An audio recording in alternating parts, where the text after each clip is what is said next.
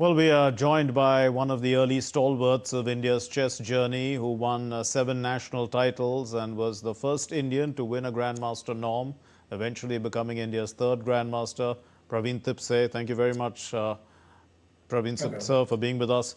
Now, which is bigger for her? Her becoming the 88th Grandmaster or becoming the first Indian woman to win the World Cup? Well, I think winning the World Cup is something really very great.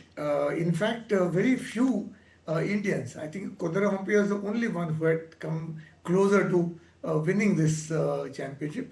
Also, what this World Cup means to Divya. For example, she has qualified to the Candidates tournament to be held next year. And Candidates is a World Championship qualifier event. And that's the best 8 players in the world, except the world champion, play these tournaments to decide the challenger who would challenge the world champion to the world championship match. So this is a step for Divya to play the candidates tournament, and she wins the candidates tournaments. She becomes a world championship challenger, and she could be the women's world champion in Right. 2026. So I think that is something much more important than becoming a grandmaster, I think. Okay, but what is her strength as a player, and what's next for her, you think? She's now got a full grandmaster, so she'd probably play a lot more open tournaments, you think? But yes, I think she'll get more invitations. That's more Yeah. important because lady players do get invitations if they are men's grandmasters. So I think she'll get many more invitations, and with good playing against stronger players. So what's most important now is that okay, her strength is probably the rating doesn't show her strength because about a year back when she won the gold medal in the Olympiad, individual gold medal, I had predicted that she could be a world champion in women's chess, and perhaps I thought it could be 2028, but apparently it could be 2026 as well. The progress is so rapid. Her main strength is not necessarily like Humpy's accuracy. Like Humpy, for example, is famous for her accurate play, and today she faltered, of course, but otherwise Humpy is very Right. accurate.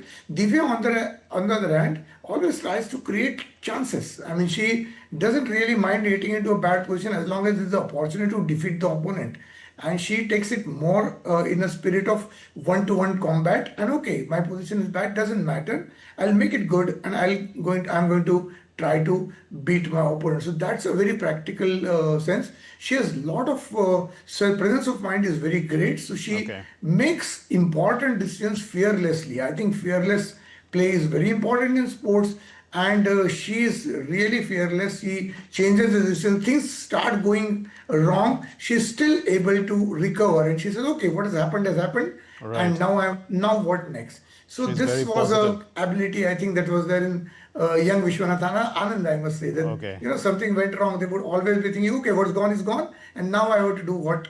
Is left here. So that Indeed. sort of adaptability, I think, is most important because she defeated two Chinese players who were so Right. strong. I mean, Zhu Absolutely. Zainer, Tan Zhang has been the world champion Champion. and three Yes. times Okay. challenger. So So that's fantastic that's that's opposition. clear. Now, well, there was the Netflix series called The Queen's Gambit, and we see that in that series there was a woman, a prodigy, and she was pitted against the world champion, who was seen as a Russian then, because that was a Cold War era. But do you see Divya giving her male counterparts a run for their money? After all, she is part of that same category of players like Gukesh, Pragnananda, Erigaisi, Vaishali, Nihal Sareen.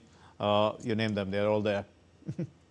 Well, I think somewhere the times have changed in the sense that the more time you put every day into work or into study, that is more important. So there was a time when Kodar Rampur was an Indian team, but that way if you look at women's chess internationally today, there are no women players in top 150. Okay. So, and among juniors, I think among top 200, there are no lady players. So it becomes very difficult for women to compete with men because men are in a position to study maybe 10 hours, 11 hours, 20 hours. I don't know, women are not able to study that hard. And you see the gap between men and women has actually widened in last 10 years with the as the computers, chess playing engines have started playing better. Somehow the gap between men and women has actually increased.